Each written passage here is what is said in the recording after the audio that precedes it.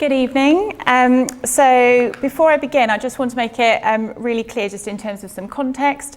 I won't be talking about clinical areas of work with young people, for although I work with people with a diagnosis, just make it clear I'm not a clinician, so just in the context of how I'm speaking tonight. What would the life chances for a young person be like if we were to spend as much time teaching and encouraging our young people about mental well-being as much as their physical well-being? Ask yourself the question, how many of you this week have actually been physically wounded? How many of you this week have actually been emotionally wounded? By that I mean a sense of rejection, failure, loss, fear, anxiety. Most of us, I'm sure, will have experienced the latter, that emotional wounding in some way. I don't know about you, but I certainly don't remember learning about how to protect or manage my emotional feelings as a child. I do, however, remember being nagged an awful lot as a child about brushing my teeth twice a day, what to eat, what not to eat. And I'm not convinced that actually not a lot has changed in those 30 years. So as I see my 9-year-old son coming home from school, he can tell me how much sugar is in Lucozade and in Coke and about what he should and shouldn't be eating. And I continue as a parent to nag him to brush his teeth twice a day and as a sporty boy to make sure he showers a lot. So why is it then that we teach and talk both as parents and teachers in schools more about physical needs, how much or little we should eat or exercise, than we do about how to take care of our minds and our spirit, which appear to be exponentially more vulnerable and battered by life? One young person I've been working with recently, I was totally taken aback by a comment she made when I was asking, why are you so angry and aggressive to that teacher? And she just simply said, the pain has to go somewhere. I asked what that pain feels like, and she said, it's just crushing me. She was emotionally wounded and had no idea how to manage or deal with that. She'd learnt for her anger to come out in explosions and rage.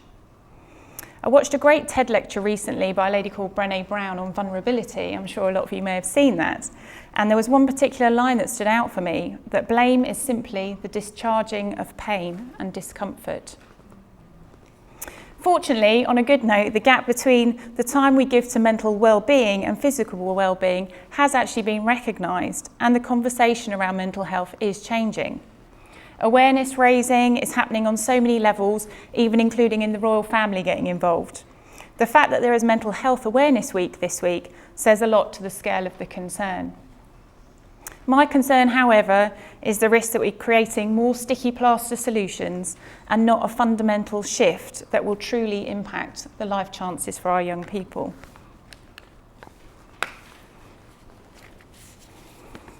So what is the current scale of concern? Statistics from the Mental Health Foundation suggest that 50% of mental health problems are established by age 14 and 75% by age 24. That is a huge and scary statistic. 10% of children and young people between the ages of 5 to 16 have a clinically diagnosable mental health problem. 70% of children and adolescents who experience mental health problems have not had appropriate interventions at sufficiently early age. Additional to this slide is that 20% of adolescents may experience a mental health problem in any given year. Depression and anxiety in teens has increased by 70% in the last 25 years. The number of children and young people turning up to A&E with psychiatric conditions has more than doubled since 2009. Approximately 9 million adults, 1 in 6 of the population, have a mental disorder. Approximately 2 million children are estimated to live in households where at least one parent has a mental illness. So what does this research look like and these numbers suggest for the life chances of these young people as they become adults? So the research suggests that adults suffering, say, from depression have a 67% increased risk of death from heart disease, a 50% increased risk of death from cancer. Long-term mental health difficulties not only impact the physical health, but can also have impacts on academic achievement. Adult psychiatric problems develop, difficulties in maintaining stable relationships, unwanted sexual encounters, criminal convictions, persistence of personality traits that are not conducive to the success in the labour market. Evidence shows a high risk of poverty at the age of 30 and lower chance of participation in paid employment for these children that have had those experiences. Typically, though, we might expect, hearing these numbers, to see an increase for those young people in things such as smoking, drinking, drugs. But actually, what we have seen in the 10 years leading up to 2013 is almost a halving of those numbers.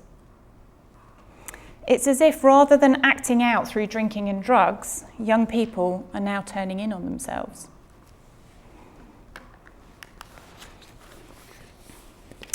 My observations from the years of working with young people, and in particular today, are that it feels like there's a perfect storm for young people right now. In this storm is this unpredictable external environment they find themselves in, with so much rapid change now and what's expected in the future. For instance, 65% of the class of 2030 will be working in jobs that don't exist today. The impact of social media, a sense of that success is only measured through academic achievement, and family circumstances. And into that, there's the statistics here that in an average class of 30, we would expect to see 33% going through parental separation, 26% experience abuse, 23% will become a victim of bullying, and 3% will grieve the loss of a parent. Anxiety is described as a feeling of worry, nervousness, or unease about something with an uncertain outcome. It is therefore not surprising to see the increase that we do of anxiety in light of this external environment going on for them. Add to this the internal unpredictable storm for young people as their brain is still developing. Their actions are guided more by emotional and their reactive amygdala region of the brain, which develops early and is responsible for immediate reactions, including fear and aggressive behaviour. The frontal cortex, however, which develops later, is the area of the brain that controls reasoning and helps us to think before we act.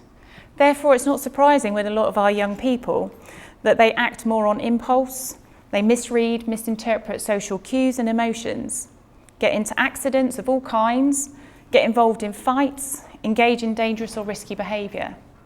They are less likely to think before they act, pause to consider the consequences of their actions, and change their dangerous or inappropriate behaviours. Suddenly, I'm wondering if my husband still has an adolescent brain, but I won't go into that. Andy is there. I remember talking to a young person who was literally describing how his head just felt like it was having a fight. And I'm saying, it actually is. That is what's happening for you. So during the perfect storm of this unpredictable external and internal environment, we ask them then to focus on their school, their work and exams, make significant life choices about their future, what subjects to choose, what career to have. These crossroads seasons for the young people are where decisions start to impact their life chances. And unless we give them agency to know how to navigate this storm, they risk making decisions that don't lead to them flourishing. And we will continue to see those horrendous statistics of 50% of mental health problems established by 14 years old and 75% by the age of 24. With these high numbers, we risk mental health continuing to be about pain management, the pain that young person talked about at the beginning, whether that be through anger management programs, assemblies on mindfulness, PSHE lessons on building resilience. Having tools to manage the pain are really helpful, but the pain is still there. A sticky plaster doesn't bring healing to an emotional wound. So how do we best start to view mental health well-being as a key part of a child and young person's learning journey, and not a one-off course and just a plaster when it's needed? I have a life motto that life is a journey, and I'm totally passionate that young people understand more of who they are, understand their talents, pursue them, and flourish to be all that they were created to be. We all know well from our experiences that life has a good habit of delivering curveballs along the way. So I want us to imagine if we were responsible for sending young people we know, or even our own children, on an expedition navigating the emotional storms of life, how and what would we include to prepare them in their, say, pre-expedition training? What would we pack in their bags? What would the contents of their mental first aid kit look like? What map would we give them? What would the instruction guide include? What crossroads stops do they expect along the way? And the travel guides and companions they could take with them. So we need to be part of this journey for young people, whether part of this pre-expedition training, creating the instruction guide, or a companion along the way. These early miles on their mental health journey are critical to the impact of their life chances in the future. Will you choose to intentionally journey with a young person being that guide or companion for them?